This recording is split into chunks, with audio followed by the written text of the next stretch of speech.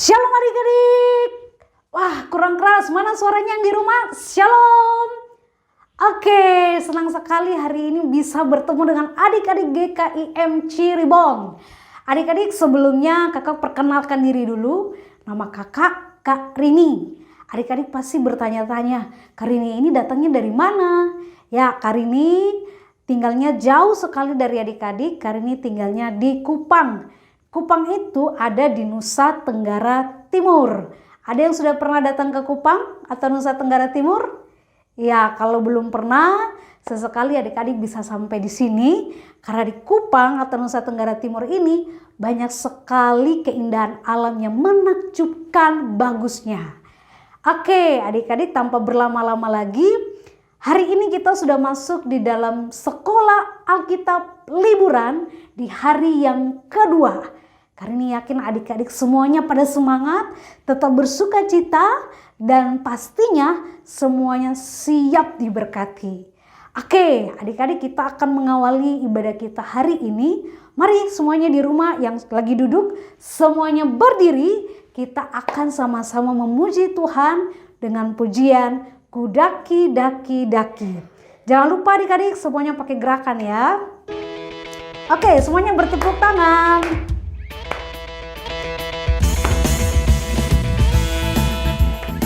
Ya, walaupun di rumah adik-adik boleh bergoyang.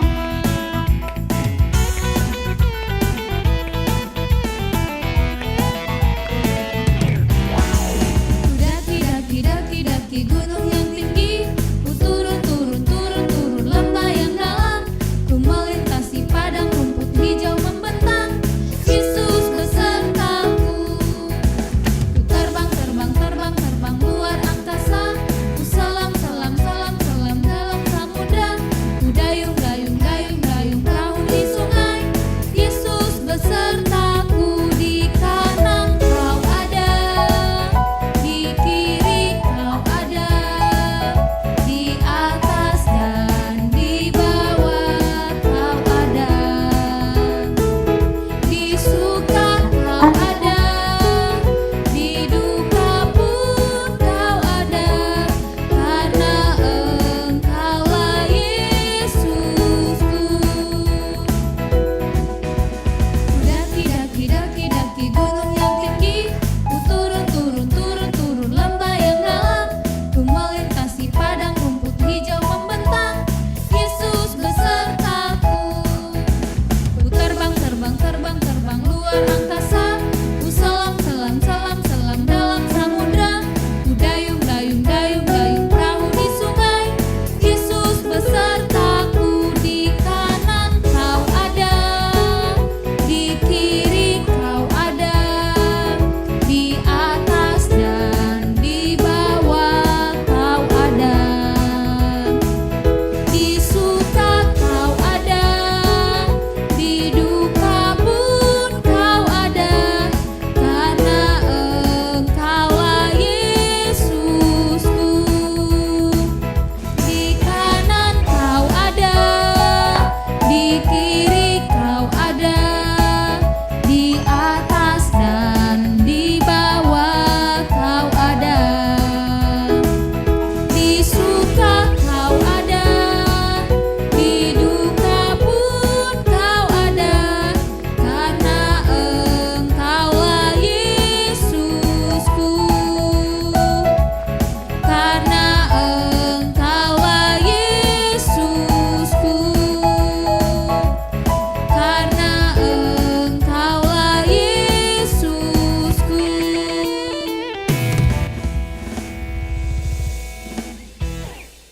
Oke adik-adik, sekarang kita akan sama-sama berdoa. Kakak mengajak kita semua lipat tangan dan kita berdoa. Tuhan, terima kasih karena kami sudah dikumpulkan oleh Tuhan hari ini walaupun hanya lewat online. Kami bersuka cita Tuhan, kami mau mengikuti sekolah Alkitab liburan. Tuhan menolong kami, Tuhan membimbing kami dan berikan kami sukacita sehingga kami bisa mengikuti ibadah hari ini dari awal hingga berakhirnya dengan baik. Terima kasih Tuhan, di dalam nama Tuhan Yesus kami berdoa. Amin. Oke adik-adik, Kita akan terus memuji Tuhan. Kita ingat adik-adik bahwa Tuhan telah mengasihi kita dengan kasih yang kekal. Tuhan telah mengasihi kita apa adanya dan kita pun mari belajar untuk mengasihi sesama kita. Nah, kita akan mempersiapkan hati kita untuk mendengarkan firman Tuhan. Kita akan menyanyi pujian KASIH. Adik-adik pasti tahu ya pujian KASIH. Ayo kita tetap berdiri, kita nyanyikan pujian ini dengan gerakan.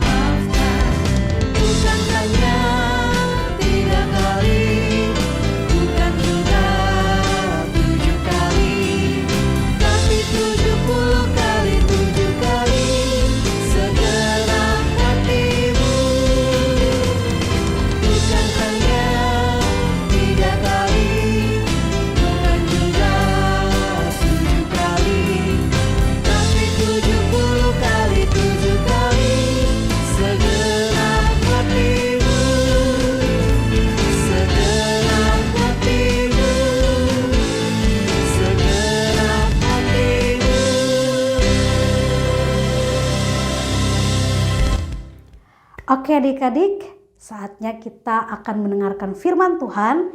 Mari sekali lagi kita akan berdoa. Mari kita berdoa. Tuhan, saatnya kami akan membaca dan merenungkan firman Tuhan. Tuhan tolong kami supaya kami boleh mengerti firman Tuhan ini dan kami boleh dikuatkan oleh Tuhan untuk melakukannya di dalam kehidupan kami setiap hari. Di dalam nama Tuhan Yesus kami berdoa. Amin.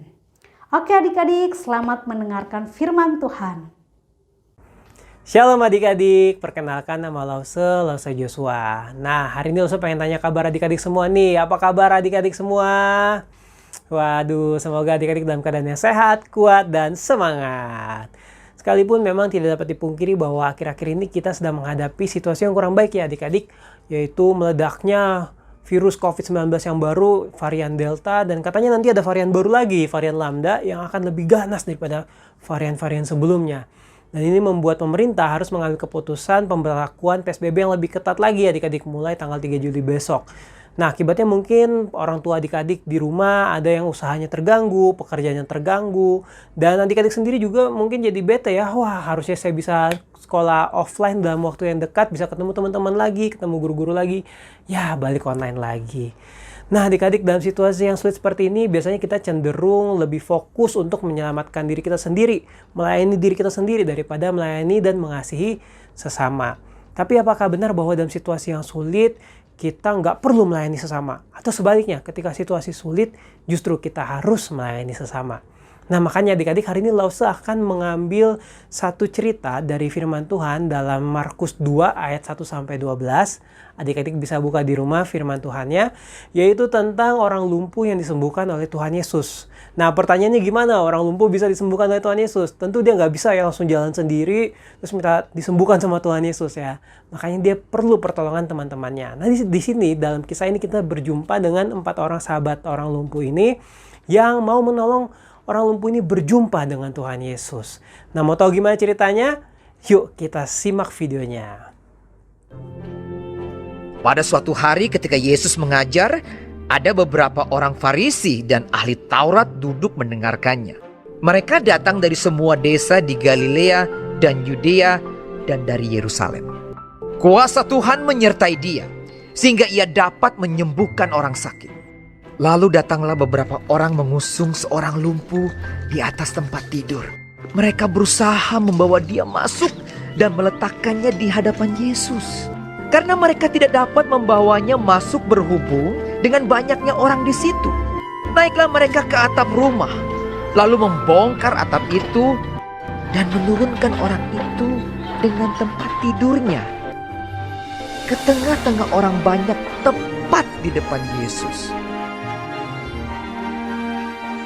Ketika Yesus melihat iman mereka, berkatalah ia,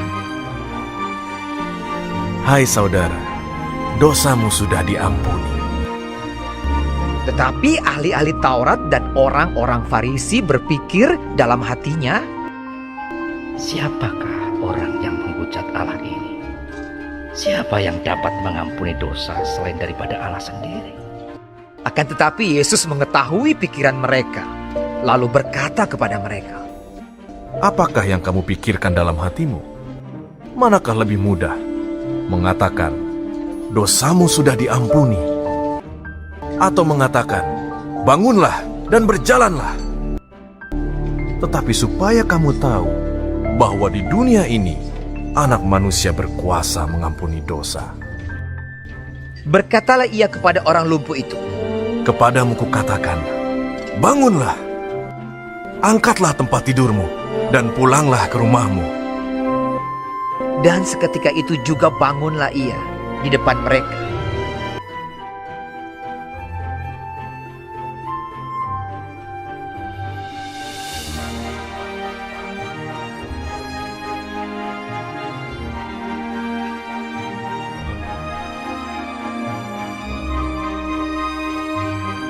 Lalu mengangkat tempat tidurnya dan pulang ke rumahnya sambil memuliakan Allah. Semua orang itu takjub, lalu memuliakan Allah, dan mereka sangat takut. Katanya, Hari ini kami telah menyaksikan hal-hal yang sangat mengherankan. Nah, adik-adik gimana setelah nonton video tadi? Tentu mendapat gambaran yang lebih jelas ya tentang perjuangan keempat orang ini untuk menolong sahabatnya yang lumpuh supaya bisa berjumpa dengan Tuhan Yesus. Nah, kira-kira apa ya yang membuat mereka punya hati yang begitu luar biasa untuk mengasihi dan melayani sesama? Nah, gimana caranya supaya kita juga bisa nih punya hati yang luar biasa seperti mereka ya adik-adik? Bahkan sampai firman Tuhan tuh mencatat di beberapa kitab Injil yang mencatat kisah yang sama bahwa Tuhan Yesus melihat iman mereka. Kalau di kitab Markus tadi, Markus 2:5 mencatat Tuhan melihat iman mereka. Berarti ada sesuatu yang penting di sini adik-adik. Bagaimana mereka punya iman yang luar biasa untuk melayani dan mengasihi sesama. Nah adik-adik teman-teman semua, hari ini Lause akan membagikan 3 hal tentang bagaimana kita bisa punya hati yang mau melayani dan mengasihi sesama. Nah, M yang pertama yaitu mengenal dan mengalami kasih Tuhan. Kita tidak mungkin bisa melayani dan mengasihi sesama dengan benar tanpa kita terlebih dahulu mengenal dan mengalami kasih Tuhan. Keempat teman orang lumpuh tadi tentunya mereka sudah mengalami dan mengenal kasih Tuhan, makanya mereka bisa melakukan hal-hal yang nampaknya mustahil dan susah supaya temannya itu bisa berjumpa dengan Tuhan Yesus.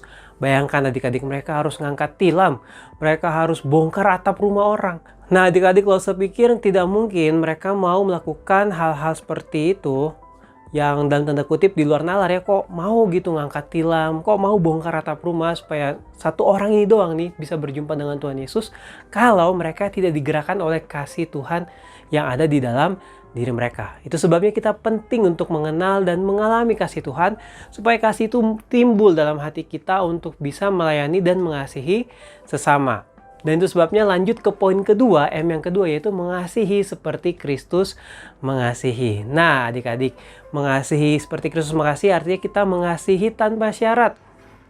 Kita mengasihi seseorang tanpa syarat. Mungkin orang yang butuh pertolongan adalah orang yang nyebelin. Mungkin orang yang membutuhkan pertolongan adalah orang yang buat kamu terluka. Mungkin orang yang membutuhkan pertolongan adalah orang yang kamu gak suka. Tapi adik-adik, teman-teman semua, kita harus belajar seperti Kristus yang mengasihi tanpa syarat. Waktu Tuhan Yesus melihat orang lumpuh ini, yang Tuhan Yesus katakan adalah dosamu telah diampuni. Nah artinya adik-adik, Tuhan Yesus tahu bahwa dia adalah orang yang berdosa. Dan bukankah setiap kita yang hadir pada pagi hari ini juga adalah orang-orang yang berdosa? Itu sebabnya kita harus belajar mengasihi seperti Kristus mengasihi, yaitu kasih yang tanpa syarat, supaya kita bisa dengan tulus melayani dan mengasihi sesama. Nah ini yang paling penting adik-adik, M yang ketiga, melayani sesama. Setelah kita mengenal dan mengalami kasih Tuhan, lalu kita belajar mengasihi seperti Kristus melayani, gak lupa juga kita harus mempraktekkan itu semua dengan cara melayani sesama. Percuma kita jago ngomong ke orang-orang kita mengasihi Tuhan, kita mengalami kasih Tuhan, tapi kalau hidup kita sehari-hari tidak melayani sesama. Melayani sesama adalah bentuk paling nyata bahwa kita dipenuhi oleh kasih Tuhan, bahwa kita mengasihi seperti Kristus mengasihi kita semua, yaitu dengan cara melayani sesama. Melayani nggak perlu yang heboh-heboh. Mungkin adik-adik berpikir, aduh gimana ya kak, apakah aku harus ke korban-korban COVID terus aku langsung tumpang tangan doain mereka, atau aku datang ke orang-orang yang kena COVID terus langsung kasih makanan di depan mereka? Ya nggak harus seperti itu adik-adik ya. Kita bisa mulai melayani sesama dengan cara yang paling sederhana. Dimulai dari rumah kita sendiri dulu nih. Ayo, siapa yang di sini kalau disuruh papa mamanya masih bete panggil nih, misalnya ayo Joni bantuin papa misalnya gitu ya. Terus dengan betenya lagi main HP, mungkin lagi main game, aku nggak mau bantuin papa nih, tapi aku harus bantuin. Nah kalau kita masih suka menggerutu waktu kita disuruh bantuin papa mama misalnya, atau kita masih suka males untuk pelayanan di gereja gitu kan, nah kita harus cek nih, apakah kita benar-benar sudah mengenal dan mengalami kasih Tuhan, apakah kita sudah mengasihi Kristus seperti Kristus mengasihi kita, karena itu semua bisa terlihat dan nampak melalui pelayanan kita. Nah adik-adik, teman-teman semua, saya pengen tanya nih, siapa di sini yang mau melayani sesama? Dia boleh angkat tangannya dan dia berdoa di hadapan Tuhan nanti setelah acara ini. Nah adik-adik, jadi kita sudah belajar 3 hal sederhana hari ini, bahwa yang pertama kita harus mengenal dan mengalami kasih Tuhan, yang kedua kita harus mengasihi seperti Kristus mengasihi, dan yang ketiga kita harus melayani sesama. Nah lalu akan tutup dengan satu ayat hafalan buat kita semua. Yuk kita baca sama-sama ayat hafalannya di Matius 22 ayat yang ke-39. Dan hukum yang kedua yang sama dengan itu ialah kasihilah sesamamu manusia seperti dirimu sendiri. Yuk kita baca sekali lagi, 1, 2, 3. Dan hukum yang kedua yang sama dengan itu ialah kasihilah sesamamu manusia seperti dirimu sendiri. Matius 22 ayat yang ke-39. Yuk adik-adik, hari ini kita mau belajar untuk mengasihi sesama seperti diri kita sendiri. Mari kita bersatu di dalam doa. Bapa dalam surga, terima kasih ya Tuhan buat firman-Mu pada pagi hari ini. Tuhan tolong ya Tuhan, kiranya kami dapat melakukan kebenaran firman-Mu. Mampukan kami Tuhan untuk bisa mengenal dan mengalami kasih-Mu dalam kehidupan kami sehari-hari. Kami juga berdoa Tuhan supaya kami bisa mengasihi seperti Engkau mengasihi kami, dan yang penting juga Tuhan, yang tidak kalah penting adalah supaya kami bisa melayani sesama kami. Terima kasih Bapa, terima kasih Tuhan Yesus, terima kasih Roh Kudus, dalam nama Tuhan Yesus, haleluya, amin. See you. Oke adik-adik, sudah selesai mendengar firman Tuhan. Kali ini yakin adik-adik semuanya pasti sudah diberkati. Oke, jangan lupa ya adik-adik, hari ini kita diajarkan tentang mengasihi seperti Yesus. Ya, walaupun susah adik-adik, tidak mudah mengasihi orang lain, tapi mari kita sama-sama belajar sebagai anak-anak Tuhan untuk mengasihi orang-orang di sekitar kita, terutama orang-orang yang dekat dengan kita. Oke adik-adik, untuk menutup sekolah Alkitab liburan kali ini, kita akan menutupnya dengan pujian yang akan mengingatkan kita untuk bisa mengasihi sesama kita. Pujian, ku kasihi kau dengan kasih Tuhan. Yuk kita nyanyi bersama-sama. Sambil bertepuk tangan ya.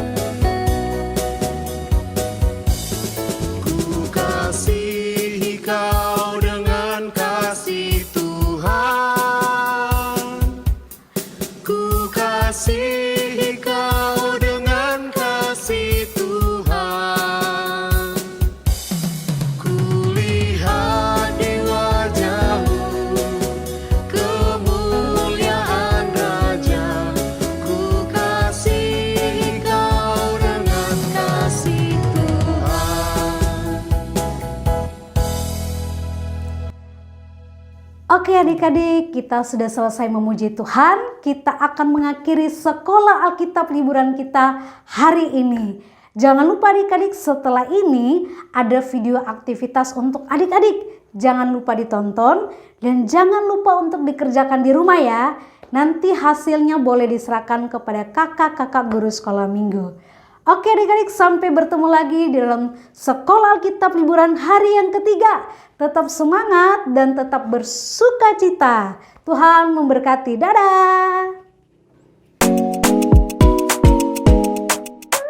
Halo adik-adik. Nah, sekarang waktunya adik-adik mengerjakan aktivitas lagi nih.